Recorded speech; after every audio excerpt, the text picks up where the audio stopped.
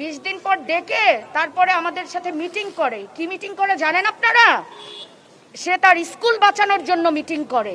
কেন? তার কাছে কি আমাদের বাচ্চাগুলোর কোনো দাম নাই? তার স্কুলের দাম বেশি না আমাদের বাচ্চাগুলোর দাম বেশি? যেদিন প্লেন ক্রাশ হয়েছে আমার চোখের সামনে দিয়ে নুরুন নবী স্যারের গাড়িগুলো সব বের হয়ে গেছে, একটা একটা করে গাড়ি সে বের করে দিছে। কেন রে ভাই?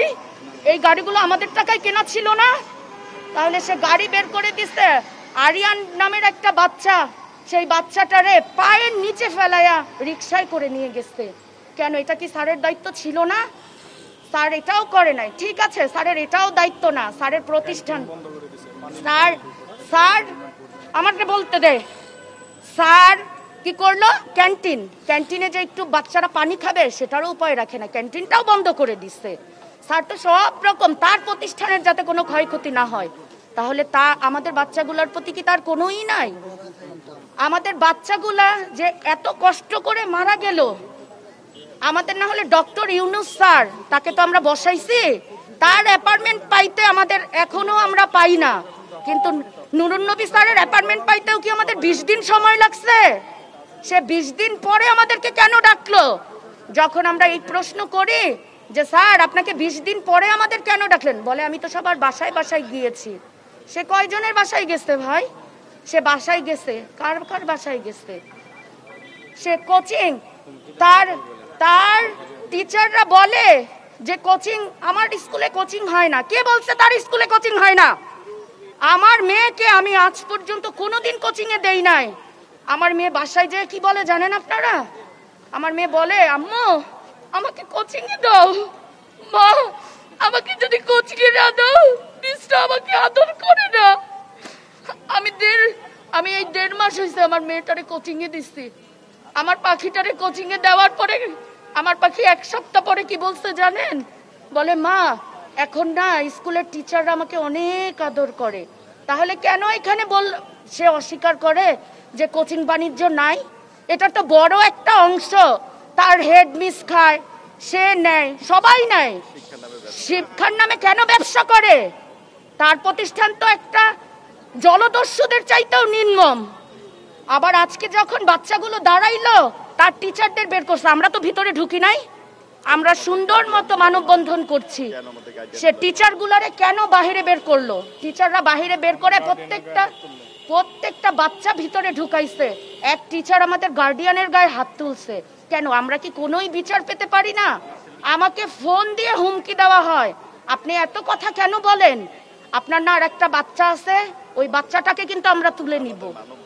কেন? আমাদের মানববন্ধন নষ্ট করার জন্য তার এত কেন? এত কি সমস্যা তার? সে আমাদেরকে শিক্ষা মন্ত্রণালয় ডাকছে, সেখানে কি লেখা ছিল জানেন? তার স্কুল বাঁচানোর জন্য আমরা যাব।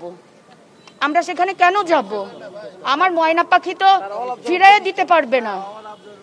তার সব স্যার, তার এই প্রতিষ্ঠান নাকি লাভজনক না। তার প্রতিষ্ঠান যে কত লাভজনক আপনারা একটু খবর নিয়ে দেখেন। আমার পাখিটারে যখন বের করা হয়েছে আমি বলছি যে আমাকে একটু দেখতে দেন, আমাকে একটু দেখতে দেন আপনারা। যদি প্রথম দিন আমাকে দেখতে দেওয়া হইতো আমি কিন্তু স্কুলের মাঠ থেকেই আমার পাখিটারে বুঝতাম, কারণ আমি জানি ওইখানে কয়টা বাচ্চা কোচিং করে, কয়টা বাচ্চা ছিল। আমি প্রশাসনের ওদেরকে যখন হাত পাও ধরে বলছি যে ভাই আমাকে একটু বলেন যে এইখানে যে বাচ্চাগুলো ছিল ওগুলো আছে না মারা গেছে, তারা কিন্তু আমাকে অনেক সময় পরে বলছে যে আপা কেউ আর বেঁচে নেই। তো তখন ওই মরা বাচ্চাগুলোকে একটু মাঠেই রাখতো। আমাদের মাইলস্টোনের নুরুন নবী স্যারের তো অনেক বড় বড় মাঠ, স্যার একটু মাঠেই রাখতো। আমরা ওইখান থেকে বেছে নিয়ে যাইতাম। কিন্তু কি করেছে জানেন আপনারা? সেদিন স্যার সবার আগে আমার ময়না পাখির মতো আরো যে পাখিগুলো ছিল না ওই পাখিগুলোরে উঠায়া আগে নিয়ে গেছে। কেন ভাই? ওগুলোরে রাখতেন, আমরা শনাক্ত করে নিয়ে যাইতাম। যখন নিয়ে গেছে আমি দুপুর থেকে রাত 4টা পর্যন্ত আমার পাখিটারে খুঁজছি ভাই, আমি কোথাও পাই নাই। আমি এই হসপিটাল ওই হসপিটাল সব জায়গায় খুঁজছি, কোথাও পাই নাই। আমি 4টা দিন খোঁজার পরে 2 দিন পরে আমাকে বলে যে ডিএনএ টেস্ট করে নিতে হবে। ডিএনএ টেস্ট করে যখন নিতে হবে, আমার হাজবেন্ড গিয়েছে, ওরটা নিয়ে বলছে আমারটা নিতে হবে। এটা কি টিচারদের দায়িত্ব ছিল না? আমি তো ভারসাম্যহীন ছিলাম। তারপরে কি দেখেছি জানেন? সামনে অনেক মরা লাশ টুকরা টুকরা হয়ে পড়ে আছে। এমনকি আমার বাচ্চার সাথে যেই বাচ্চাগুলা পড়তো সেই গার্ডিয়ানরাও ওইখানে ছিল। আমি আমার চোখের সামনে দেখছি যে আমার আমার আমার ময়না পাখিটা ওই রুমের মধ্যে পড়তেছে ভাই। একদিন পরে আমি আর কিছু দেখতে পাই নাই, আমি কাউকে চিনি নাই। তাহলে আমাকে ওই অবস্থায় নিয়ে যাওয়া হয়েছে ডিএনএ দেওয়ার জন্য। এটা কি স্কুলের দায়িত্ব ছিল না যে আমার তো একটু রক্তই নেওয়া লাগতো, ওই রক্তটা নেওয়ার জন্য? কিন্তু স্কুল কর্তৃপক্ষ এটাও করে নাই। স্কুল কর্তৃপক্ষ আমাদেরকে 20 দিন পর ডাকছে।